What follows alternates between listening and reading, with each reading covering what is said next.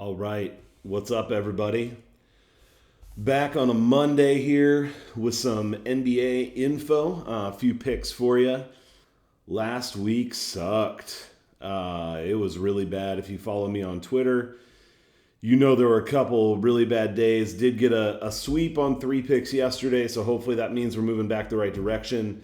I can promise you that at least even if you fade the picks, I think the info here is good. So it's at least some stuff for you to consider as you're making your picks. All right, let's jump into the games we're going to cover. The first one is Charlotte and Washington. Washington is minus 3.5, 215.5 total.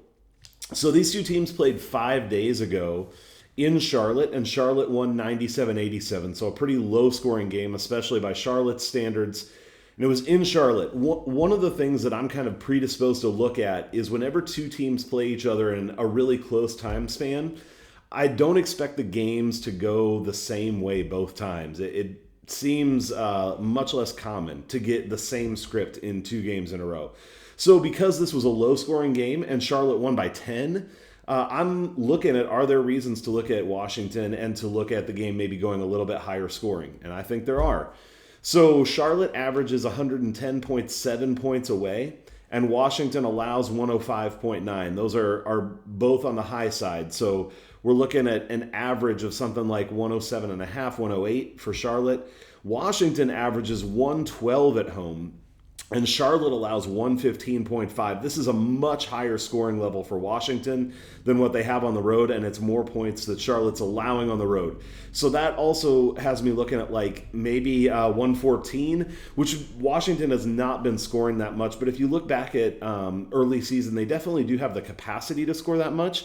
And I'm actually starting to think there needs to be some regression toward higher offensive output for Washington. It's just been so low in a lot of games. And so I like both of those teams to be, around that. Well, Washington probably 112-ish and Charlotte maybe 108, something like that.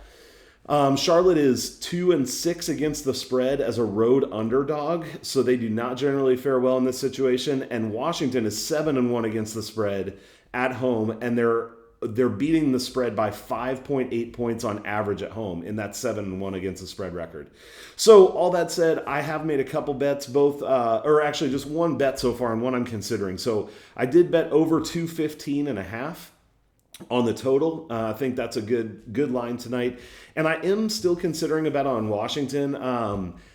It's just such a low margin. I would line this around a 5-point spread for Washington, and right now it's at -4. So I don't see enough value there to bet it, but it is something I would probably watch live.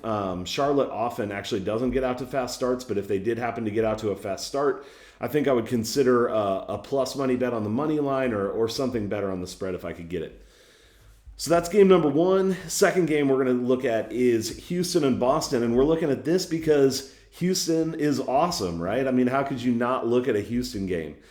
Yes, I know that they're shit. I get it. But we're going to look at the game anyway. So Boston's an 11.5-point favorite. The total's at 214 right now. One of the reasons I want to look at this game, or a big reason, is just Boston is really different at home and on the road overall on the season. So they score 110.1 at home and 103.6 on the road, almost a 7-point difference. They allow 110.4 at home and only 107 on the road, so 3.5-point difference.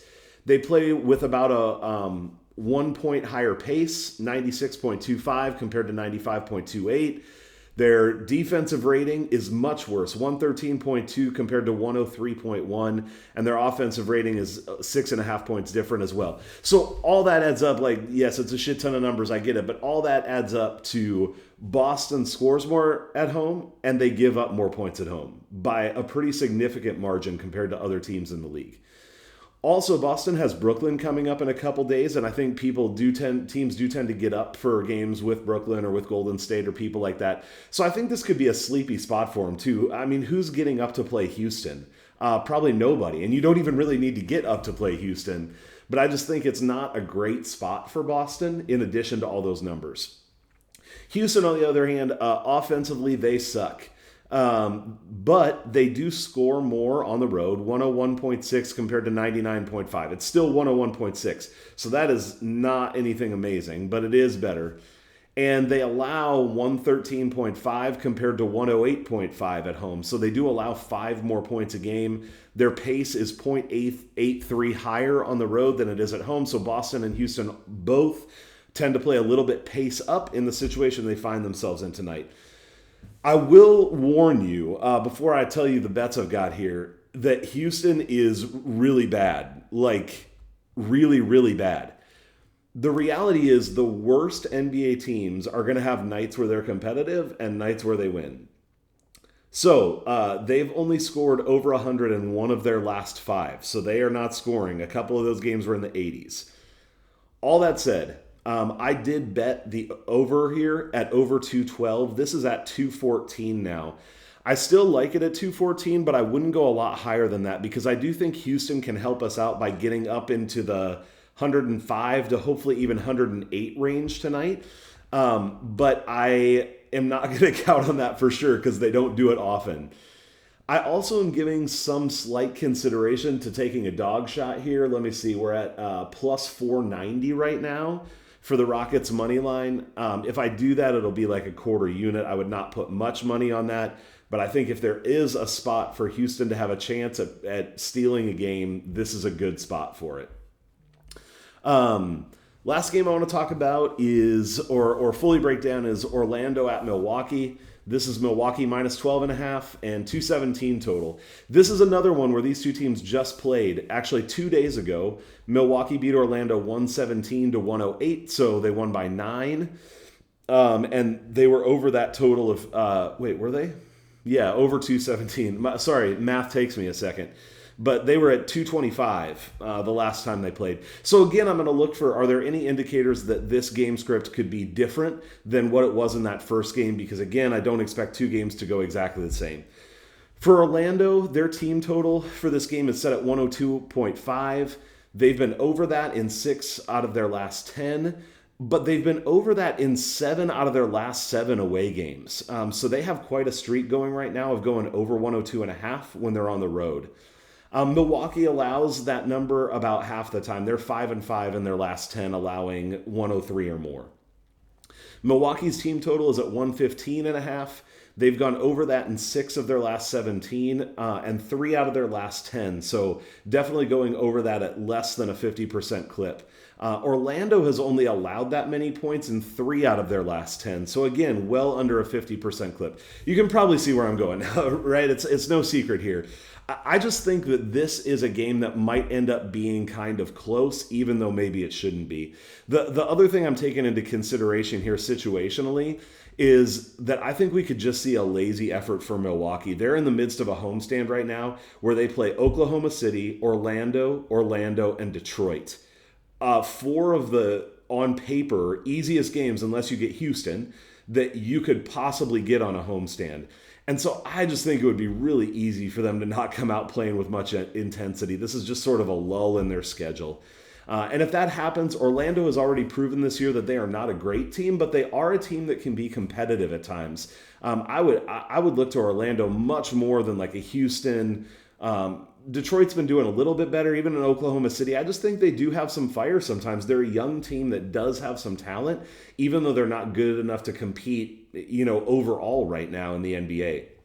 So I actually haven't made any bets here yet. I am considering both of those team totals, the over 102.5 for Orlando and under 115.5 for Milwaukee. The reason that I haven't bet that yet is I'm just considering, do I bet those or do I just bet the spread and take Orlando plus 12.5? Because if Orlando goes over their team total, Milwaukee goes under theirs, then obviously I'm covering the spread. Taking the 2 team totals just gives you the chance to win 2 bets or possibly break even on those and kind of push. So that's why I haven't decided yet, but that's the information that I'm looking at today. A few other games that I'm looking at, I'm not going to go into as much of the information here, but I think Cleveland is interesting against Brooklyn today.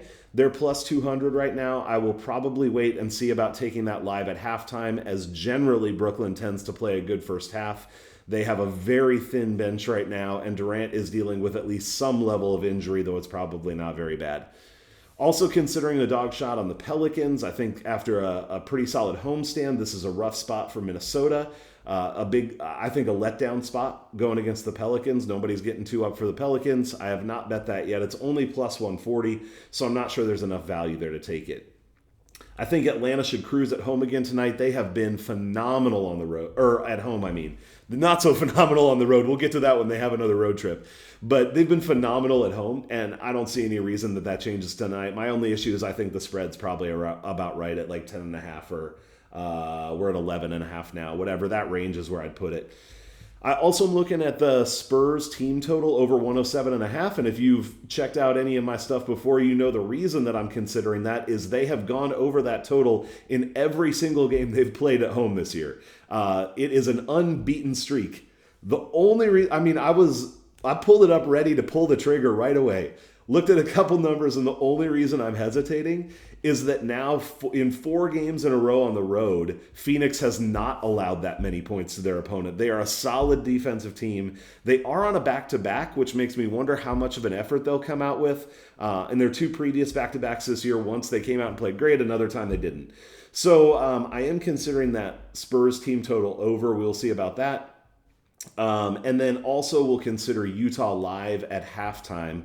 The spread's just too wide for me right now. I do like them today as they are going up against the Grizzlies, who are generally not great on the road, but they are super inconsistent. They can be great or terrible on any given night. So probably look at that at the half.